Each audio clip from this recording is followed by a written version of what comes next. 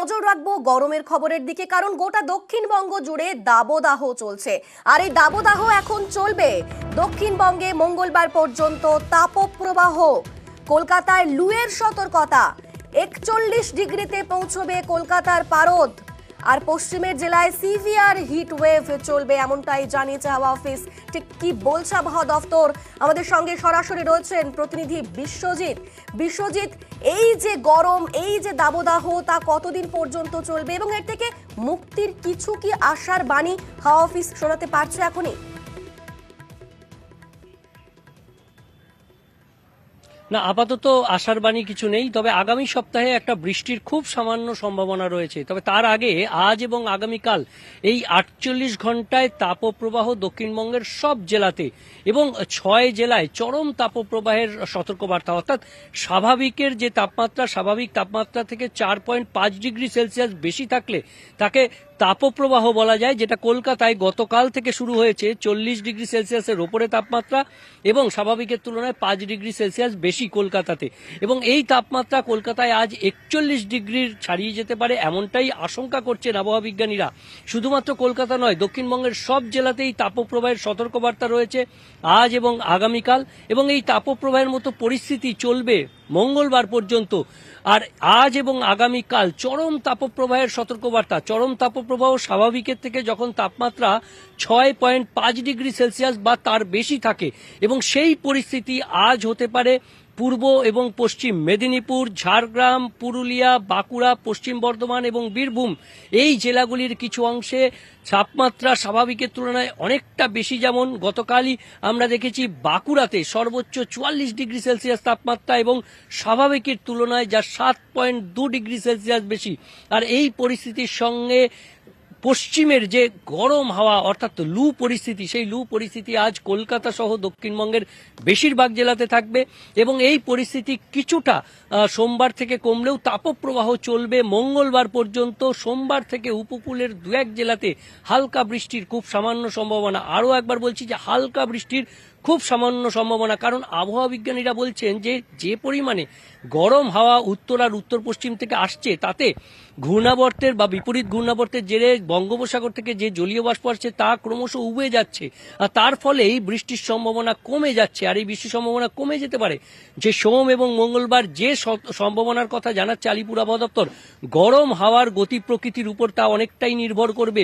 তবে আশার বাণী শোনাচ্ছে আলিপুর আবহাওয়া দপ্তর। সোমবার উপকূলের জেলা পূর্ব মেদিনীপুর ও পূর্ব মেদিনীপুর ও দক্ষিণ 24 পরগনাতে হালকা বৃষ্টির সম্ভাবনা, এবং মঙ্গলবার আরও বেশ কিছু জেলাতে 8 থেকে 10 জেলাতে হালকা বৃষ্টির সামান্য সম্ভাবনা। বজ্রবিদ্যুৎ সহ বৃষ্টি এবং বজ্র গর্ভ মেঘের থেকে বৃষ্টি হতে পারে, কিন্তু তার আগে কার্যত দাবদাহে জ্বলছে এখন দক্ষিণবঙ্গ। পশ্চিমের জেলাগুলিতে চরম তাপপ্রবাহের সতর্কবার্তা এবং তার সঙ্গে লু বইবে। কলকাতাতেও আজ পরিস্থিতি ভয়ানক হতে পারে, দাবদাহে জ্বলছে।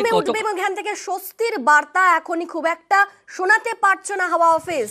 কলকাতায় যেমন পারদ চড়বে, তেমনি পশ্চিমের জেলাগুলো বীরভূম থেকে শুরু করে বীরভূম, বর্ধমান, মেদিনীপুর 3 জায়গাতেই বিপুল গরম বাড়বে এবং সেখানে তাপপ্রবাহ চলবে। আর সেখানে ছবিটা ঠিক এই মুহূর্তে কিরকম? আমাদের সঙ্গে সরাসরি রয়েছেন 3 প্রতিনিধি। বীরভূম থেকে রয়েছেন ইন্দ্রজিৎ, বর্ধমান থেকে রয়েছেন শরদেন্দু এবং মেদিনীপুর থেকে রয়েছেন শোভন। আমরা প্রথমেই যাব ইন্দ্রজিতের কাছে। আর বীরভূমের ছবিটা এই মুহূর্তে কিরকম তার মাধ্যমে জানতে চাইবো।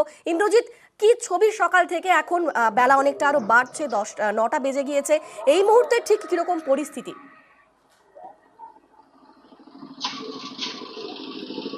দেখো, বেলা যত বাড়ছে তত কিন্তু রোদের যে তাপমাত্রা সেটাও কিন্তু বাড়ছে। শ্রীনিকেতন আবহাওয়া দপ্তর সূত্রে যেটা খবর, বেলা 11টার পর থেকে এই তাপমাত্রা কিন্তু আরো বৃদ্ধি পাবে বেলা 4টে পর্যন্ত।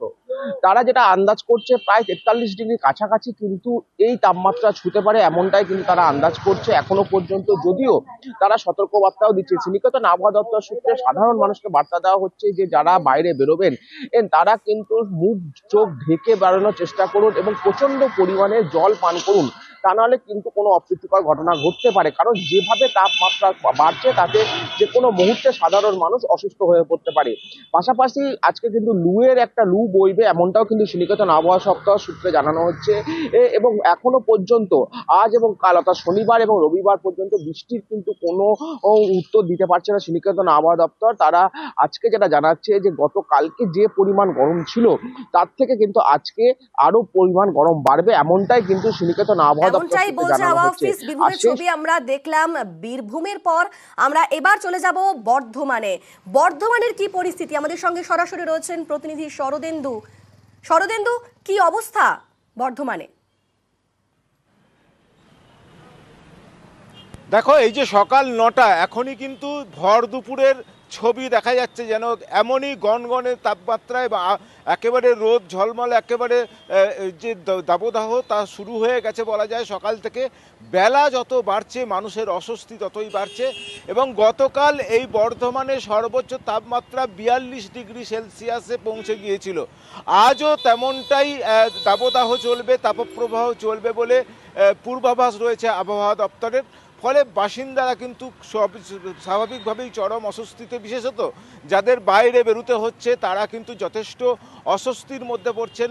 অনেককেই আমরা দেখতে পাচ্ছি যে একেবারে নাক মুখ ঢেকে কোনো রকমে বেরোচ্ছেন, এবং যে ঠান্ডা পানীয়, লস্যি, আখের রস, ডাবের দোকানে কিন্তু ভিড় বাড়ছে, কারণ সকলেই চাইছেন স্বস্তি খুঁজতে। এই যে চরম দাবদাহ, চিকিৎসকরাও বলছেন বেশি পরিমাণে জল খাবার পরামর্শ দিচ্ছেন, এবং বাসিন্দারাও স্বস্তি খোঁজার জন্য সেই সব পানীয়ের ওপর ভরসা রাখছেন।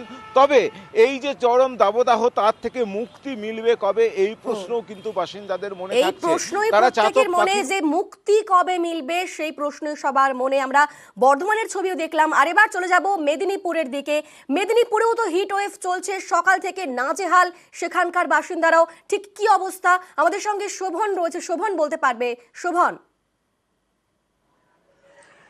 দেখো অনিন্দিতা, মেদিনীপুরেও কিন্তু একই অবস্থা। গত কয়েকদিন ধরেই কিন্তু যে দাবদাহ, তীব্র দাবদাহ কিন্তু অব্যাহত রয়েছে মেদিনীপুর শহর সহ মেদিনীপুরের পশ্চিম মেদিনীপুর জেলা জুড়ে। আজকে যেমন মেদিনীপুরের সর্বোচ্চ তাপমাত্রা ৪৪ ডিগ্রি সেন্টিগ্রেড, গতকাল ছিল ৪৫ ডিগ্রি সেন্টিগ্রেড। অর্থাৎ বেলা বাড়ার সাথে সাথে, সকালের পর থেকে কিন্তু বেলা বাড়ার সাথে সাথেই দাবদাহের যে তাপমাত্রা, যে তাপমাত্রার পারদ, সেই পারদ কিন্তু বাড়তে শুরু করেছে। যার ফলে একদিকে যেমন অস্বস্তিতে সাধারণ মানুষ, তেমনই কিন্তু তাদের বিভিন্ন নিত্যদিনের যে কাজ, সেই কাজ করতেও সমস্যার মুখে পড়তে হচ্ছে। বেলা বাড়ার সাথে সাথে কিন্তু মানুষ বাড়ি থেকে আর বেরোতে পারছেন না। এই তীব্র দাবদাহে, যেটা বেলা বাড়ার সাথে সাথে যে গরম বাতাস, সেই গরম বাতাস বইতে শুরু করছে গোটা শহর জুড়ে। যার ফলে কিন্তু একদিকে সাধারণ মানুষ যেমন অতিষ্ঠ, সেরকমই কিন্তু তারা তাদের যে মনে প্রশ্ন, যে কবে আসবে স্বস্তি, কবে মিলবে সেই এই যে তীব্র দাবদাহ, সেই দাবদাহ থেকে স্বস্তি কবে মিলবে, কবেই বা বৃষ্টি হবে, কবে একটু শান্ত হবে ধরিত্রী। এমনটাই কিন্তু শহরবাসী এবং জেলাবাসীর মনে প্রশ্ন, এবং সেই দিকেই তাকিয়ে রয়েছে জেলার মানুষ। এবার দেখা যাক যে এই তাপপ্রবাহ ঠিক কতদিন চলে এবং শেষ পর্যন্ত স্বস্তি কবে মিলে। এই মুহূর্তে 3 জায়গার ছবি আপনারা দেখতে পাচ্ছেন, বীরভূম, বর্ধমান এবং পশ্চিম মেদিনীপুর। বিভিন্ন জায়গাতেই তাপপ্রবাহ চলছে। পশ্চিমের যেগুলো জেলা, সেগুলোতে সিভিয়ার হিটওয়েভ চলবে। গোটা দক্ষিণবঙ্গ জুড়েই দাবদাহ চলবে।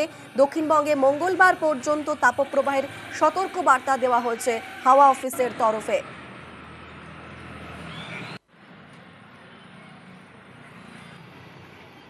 আর তাপপ্রবাহে দিনভর রাস্তায় ট্রাফিক পুলিশ। তাপপ্রবাহের মধ্যেই গোটা দিন, সারাদিন রাস্তায় ট্রাফিক পুলিশ। সহকর্মীদের পাশে দাঁড়াতে পথে হাওড়ার পুলিশ কমিশনার। ট্রাফিক পুলিশের হাতে তুলে দিলেন ওআরএস। যে ছবি আপনারা দেখছেন, হাওড়ার ছবি। আমাদের সঙ্গে রয়েছেন প্রতিনিধি দেবাশিস। দেবাশিস, ঠিক কিরকম ছবি দেখতে পেলে? দেখো, অবশ্যই আমরা বারবার করে জানি যে যত গরম হোক, বৃষ্টি হোক, যাই হোক, তাতে কিন্তু ট্রাফিক পুলিশ বা পুলিশ কর্মীদের কাজ করতেই হয়। আর এই তাপপ্রবাহ, যেখানে গতকালও প্রায় ৪০ ডিগ্রির উপরে চলে গেছিল তাপমাত্রা, তার মধ্যে দাঁড়িয়ে কিন্তু ট্রাফিক পুলিশ কর্মীদের কাজ করতে হচ্ছে। আর তাদের মনোবল বাড়াতেই আজকে হাওড়ার পুলিশ কমিশনার তিনি সকাল থেকে পথে নামলেন, এবং যে ট্রাফিক পুলিশ কর্মীরা বিভিন্ন মোড়, হাওড়া ময়দান, বঙ্গবাসী মোড়, হাওড়ার গোলাবাড়ি সহ বিভিন্ন জায়গায় যে ট্রাফিক গুরুত্বপূর্ণ ট্রাফিক মোড় রয়েছে, সেখানে গিয়ে প্রত্যেক ট্রাফিক পুলিশ কর্মীদের সঙ্গে কথা বলা, তাদেরকে গরম থেকে বাঁচতে কিছু অত্যাধুনিক কিট, অর্থাৎ রোদ চশমা থেকে শুরু করে ছাতা, ওআরএস এবং গ্লুকোজ সবকিছু দিলেন এবং তাদের সঙ্গে কথা বললেন কি করলে তাদের কাজের সুবিধা হয় তা নিয়ে কিন্তু কার্যত বলা যেতে পারে যে তাদের থেকে শিখলেন পুলিশ কমিশনার। তারা করতে পারলে তাদের কাজে এই গরমের সুবিধা হয় সেটাও তার থেকে শুনলেন এবং পরবর্তীকালে জানিয়েছেন এই তাপপ্রবাহ যদি কন্টিনিউ চলতে থাকে তাহলে সেক্ষেত্রে এই ট্রাফিক পুলিশ কর্মীদের রোটেশন মাফিক কাজ করানোর সিদ্ধান্ত নিতে পারে হাওড়া সিটি পুলিশ। বেশ, ধন্যবাদ দেবাশিস। অফিসে বসে কাজ করার নেই, আমাদের তো ফিল্ড জবই বেশি থাকে। তো আমরা তো কখনো কখনো ফিল্ডে আসি, বাট ওনারা রেগুলার যে মেহনত করেন ওটাই একটা ছোট্ট টোকেন এফর্ট প্রয়াস আমাদের দিক থেকে, তাকে কিছু মনোবল যদি বাড়ানো যায়। কারণ গরম সাডেনলি মানে যে টেম্পারেচার হাইক হয়েছে, তো ওটাতে যদি ওনাদের কিছু রোটেশনকে আর ফ্রিকোয়েন্ট করা যায়, অনেকক্ষণ না দাঁড়াতে হয়, তার মধ্যে যদি করা যায় তো ওটা একটা আমরা চিন্তা ভাবনা করব।